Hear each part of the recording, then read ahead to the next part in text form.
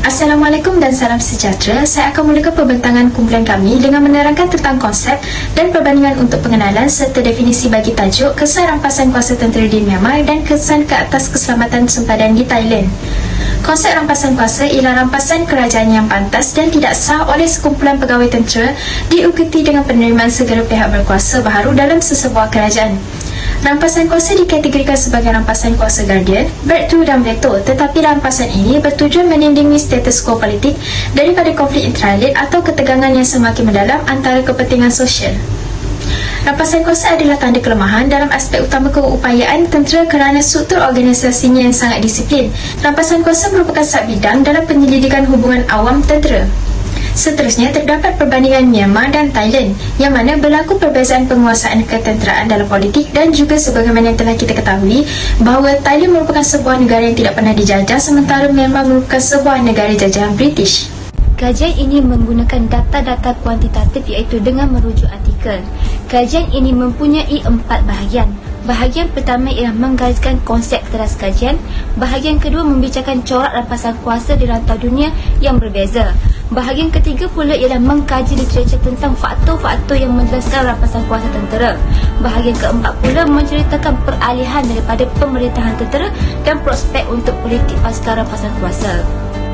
Dalam kajian ini menunjukkan terdapat 3 faktor struktur yang menjadikan rejim terdedah dan kekerapan rampasan kuasa tentera.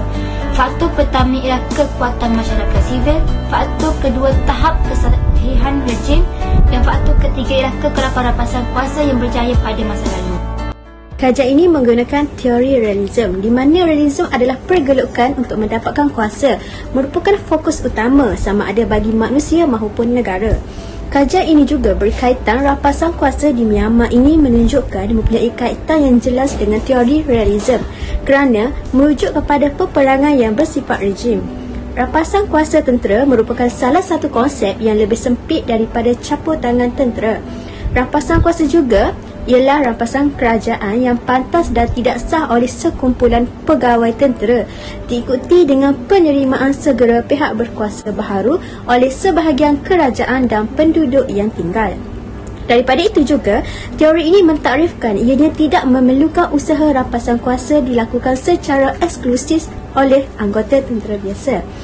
Ia juga tidak termasuk dalam ungkapan rasa tidak puas hati tentera yang lain seperti memeras ugut pihak berkuasa awam di Thailand pada tahun 2008. Daripada itu juga, perspektif realism dapat dijelaskan dalam beberapa prinsip yang menentukan sesuatu tindakan dan keputusan yang diambil oleh aktor antarabangsa. Bentuk konflik dan kerjasama yang berlaku di antara aktor dalam suasana dunia yang bersifat anarki iaitu dalam sesuatu keadaan huru-hara yang tiadanya sesebuah kerajaan agung yang mampu mengenakan peraturan antarabangsa. Dan ini menggunakan kaedah kuantitatif di mana tujuannya adalah untuk melihat kesan rampasan kuasa tentera di Myanmar ke atas keselamatan sempadan di Thailand. Kaedah pengumpulan data yang digunakan dalam menyiapkan kajian ini hanyalah menggunakan data sekunder. Data sekunder ini merujuk kepada mendapatkan maklumat-maklumat mengenai isu yang dikaji daripada pihak kedua atau penulis lain yang mempunyai penglibatan dalam membuat kajian terhadap isu yang sedang dikaji. Sumber-sumber pengumpulan data serta maklumat sekunder yang digunakan adalah seperti jurnal, artikel, rencana di akhbar serta sumber-sumber internet iaitu melalui laman web yang boleh dipercayai untuk dijadikan sebagai sumber rujukan. Seterusnya ialah faedah rampasan kuasa di Myanmar kepada Thailand.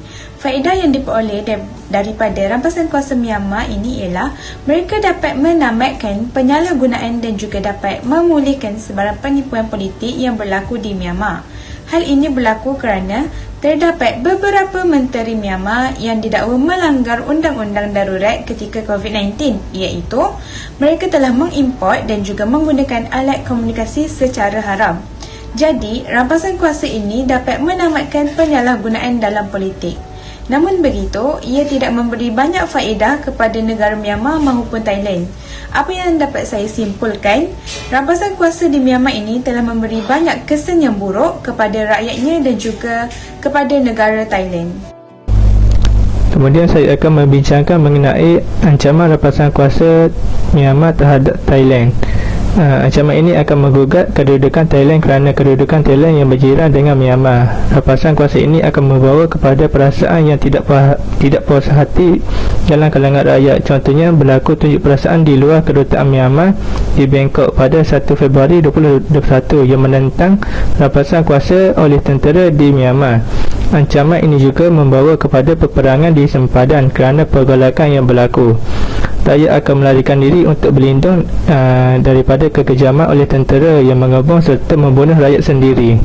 Thailand juga akan menghadapi kemasukan rakyat Myanmar yang membawa kepada kemasukan imigran serta menggugat keamanan tanah air mereka. Ini kerana Thailand telah berkongsi sempadan dengan Myanmar yang mempunyai sejarah rampasan kuasa tentera. Rampasan kuasa ini juga akan menggugatkan kestabilan negara, terutamanya di Myanmar. Perkara ini kerana setelah rampasan kuasa berlaku, tentera Myanmar telah membebaskan hampir 6,000 banduan setelah mendapat pengampunan. Ini akan memberi impak terhadap sosial masyarakat kerana tidak menjalani proses pembebasan yang betul.